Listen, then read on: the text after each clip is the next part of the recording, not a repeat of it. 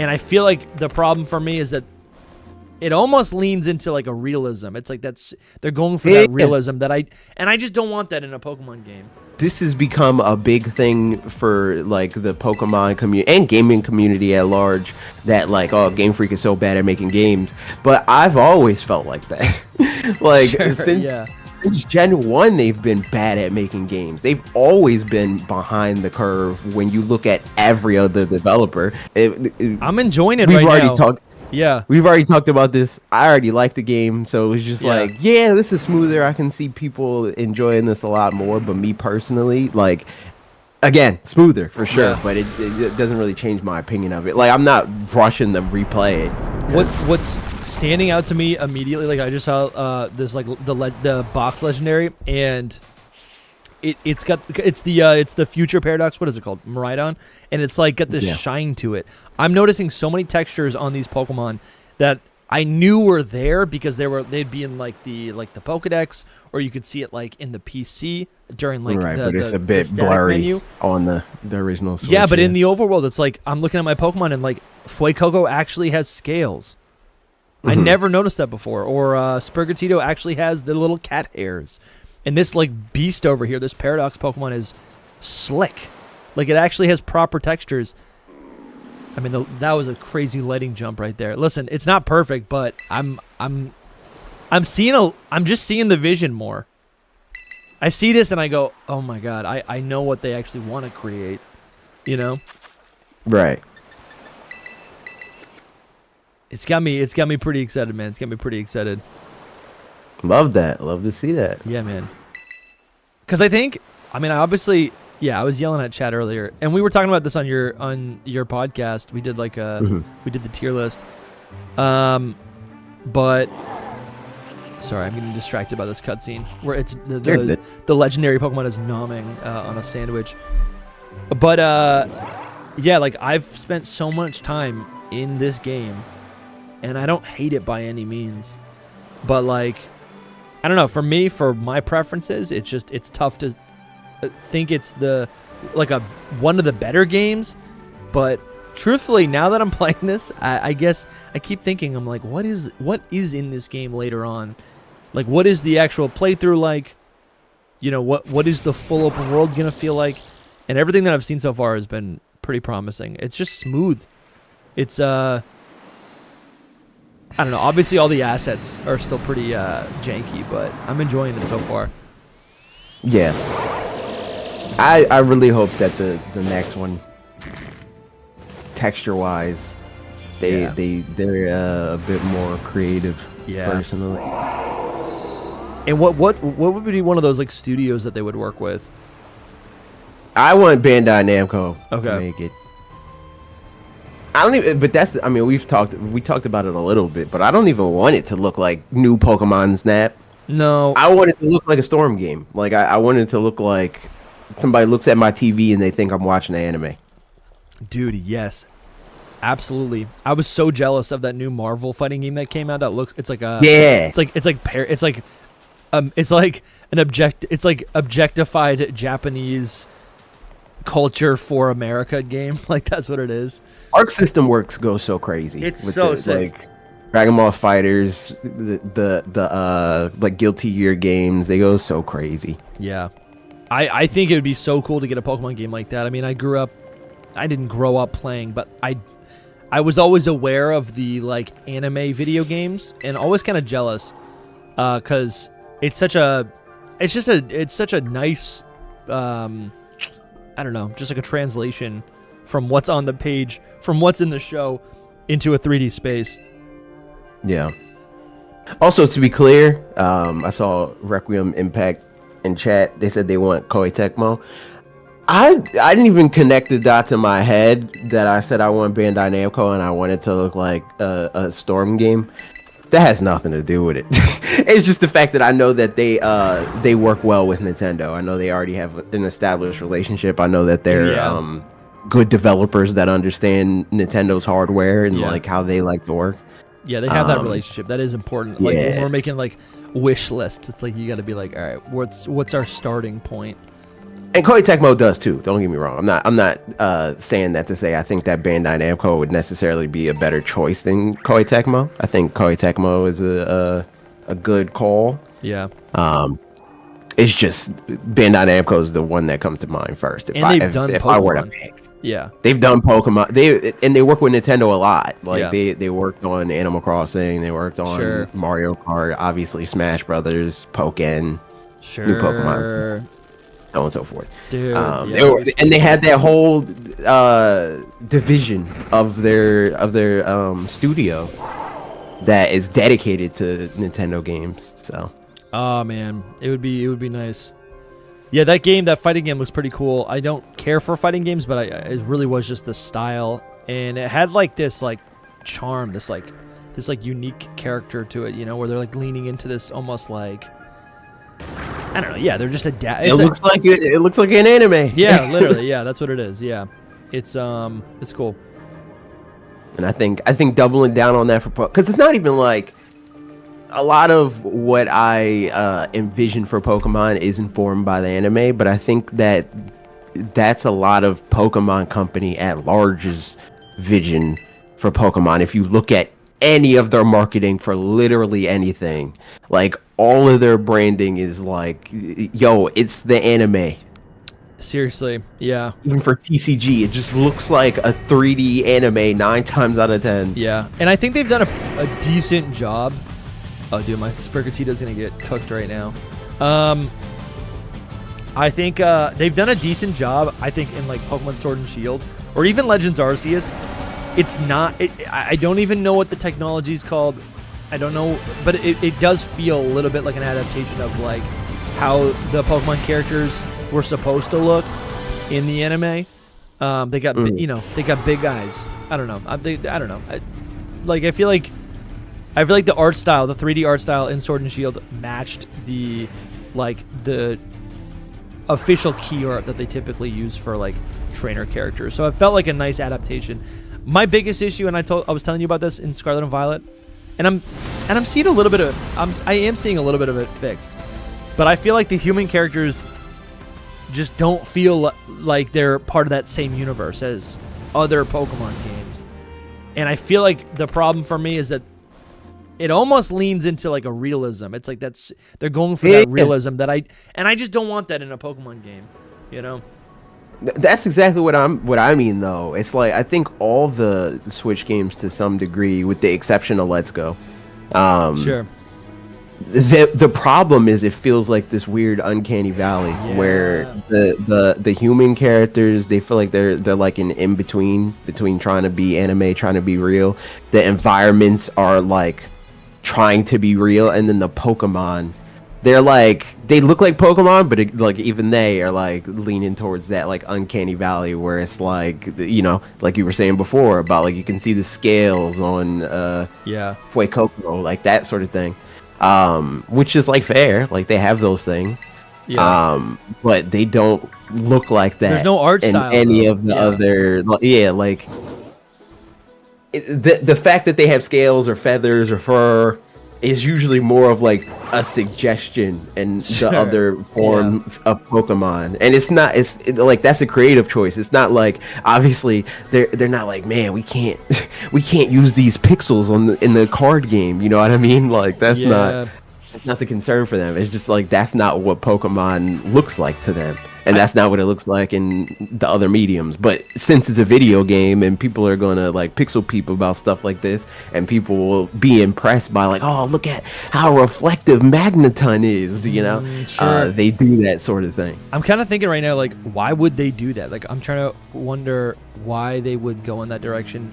I know, like, obviously these Game Freak titles have become kind of like an inside joke, you know, even though they are the Pokemon product that begins the generation, kind of leads everything that we see in a new game, or whatever Pokemon media that you enjoy.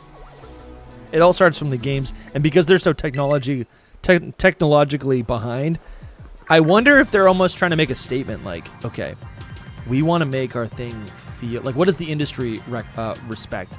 Realism, coolness, you know, technical prowess. I think that's absolutely what it is. Yeah, and so that's why they're going in that direction. But that's why, like me, I think that Game Freak they will work way better as like they're just like glorified directors to a hired hand, because I don't think it's not like this has become a big thing for like the Pokemon community and gaming community at large, that like, oh, Game Freak is so bad at making games. But I've always felt like that. Like since Gen 1, they've been bad at making games. They've always been behind the curve when you look at every other developer. It just doesn't stand out as much because they always made games on sub 480p screens. And then it became obvious once we're on 1080p 60 frames per second screens with the Nintendo Switch. If that's a trend, like, why do you think for 30 years they've just not been able to like keep up? Because they never had to. No, they never had to. Oh yeah. But like, wouldn't it? I don't know. I'm like, with all this success, isn't that where you go? Okay, well, let's get some people who can also help us with this, but we can still focus on like what we do best, which is world building and character creation. You know, don't you think they would have? They're a conservative Japanese company. They're going to use what they know they need. You know. So, and the thing about it is, like, it's not even just them. That's why, for me, I don't get on the hate train in this way, where it's like, that's not how development works for anybody. Everybody has to go through the paces in this same kind of way. It's just that everybody else already had to solve for these problems earlier because they're not tied to a handheld. You know, sure. Like Zelda didn't nail their first. It seemed like they did because it was 1997. You know, but they didn't like nail their first attempt. If Ocarina of Time came out yesterday, it wouldn't be as impressive as it was in 1997, and that's how people view it. They're not thinking about the context of like, well, this studio got used to doing like look at how Pokemon progressed on handheld specifically. Like, look at pixel, like sprite-based Pokemon, and how huge of a leap they made from the original Pokemon game to Black and White 2. Sure. Like, they're able to like hone their craft on pixel art, and it got to the point where by the end of their time using that form of technology, that it was genuinely impressive. Like, they were doing like innovative things with like how they animated their characters, and that's because that's a medium that they were using for 20 years. You know what I mean? Any developer is going to like get really good at it in that kind of way on the same level, even if they have the technical know-how. It's going to happen that you're going to atrophy if like what you're always doing is working on tech that is under what everybody else is doing. You know? That makes sense. They have no reason to solve for the problems of like what developing a 1080p 60 frames per second video game is. So when they were thrown into that and being like, and you got to think about also historically, even on handheld consoles, it's not like Game Freak was like, oh, okay, the DSi's out, bet we got a DSi game for you. They skipped that entirely. And even when the 3DS came out, they said, yeah, we got this Black and White 2 game that's out, but we're going to put it on the regular DS. You know, when Switch came out, like we talked about, they said, we'll wait a year. And then after they waited a year, they still said, we'll give you a remake of a game that we previously made. Like, they're not that guy technologically, and they've never been. Yeah, man. I guess. Yeah, man. Everything you're saying makes sense. I wonder if they actually have they actually have external pressure now, maybe pushing them in that direction. Absolutely. And I think they have internal pressure. Like, if you just look at how all the younger hires are like, what are we doing? Just look at how all the games are marketed, like on Switch. They all want to be Breath of the Wild, and it's so obvious. So I think that that's what we're gonna start seeing. Like once they figure it out, you know, they get their sea legs. I just that's imagine. when we get. Yeah. Did I talk to you about like I was yapping about the new thing that I just think would be so great for a Pokemon game would be like classes, right? Yeah. To just lean into the RPG element where it's like you can truly become any sort of Pokemon trainer you want, which would offer you benefits for when you're actually exploring the region, for what Pokemon you can catch, what Pokemon you can discover, right? Maybe it affects crafting, maybe it affects like other sorts of bonuses, or it opens up side quests because you're able to like start, you know, storylines that like only you can have as like a fisherman or as a chef or as a, you know, and I'm thinking about like fisherman would be water type, chef would be fire type. Yeah. You know, but even like some rare difficult ones like Dragon Master or like, you know, all the different trainer classes that you see in any other Pokemon game. It's like, what if you can do that? What if you could become Team Rocket? Or in this game, they're not criminals, Team Star, you know? I think things like that could make this game super fun, or just like future Pokemon games super fun and worth a replay. I don't know. Yeah, I don't know if we've discussed this at all. I don't know if you have any thoughts on that.